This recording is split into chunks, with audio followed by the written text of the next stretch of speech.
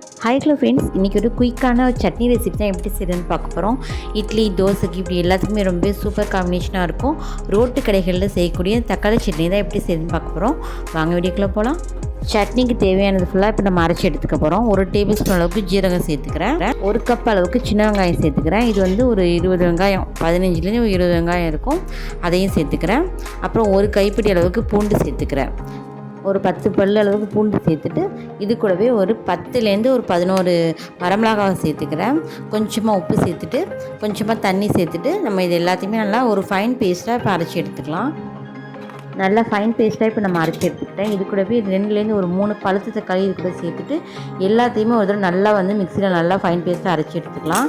Next step பார்த்திங்கன்னா தக்காளி சட்னியை வந்து நம்ம தாளிச்சிட்டு ரெடி பண்ண ஆரம்பிச்சிடலாம்.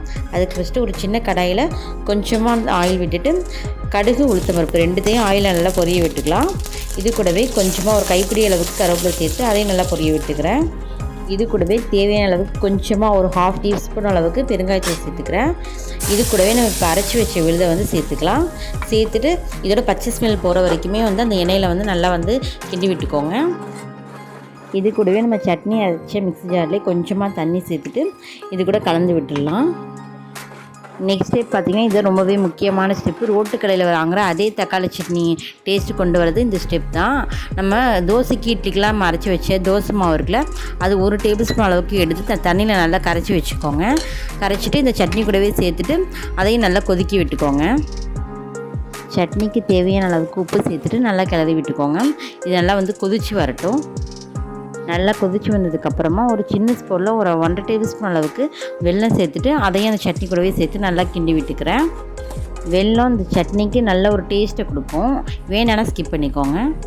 ரோட்டு கடை தக்காளி சட்னி கொஞ்சம் தண்ணியாக தான் இருக்கும். அதனால் உங்களுக்கு எப்படி வேணுமோ அந்தளவுக்கு பக்குவத்தில் தண்ணி சேர்த்துக்கோங்க.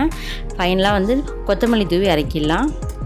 அவ்வளோதாங்க, நம்மளோட சூப்பரான ரோட்டு கடை தக்காளி சட்னி ரொம்பவே குயிக்காக செஞ்சிடலாம்.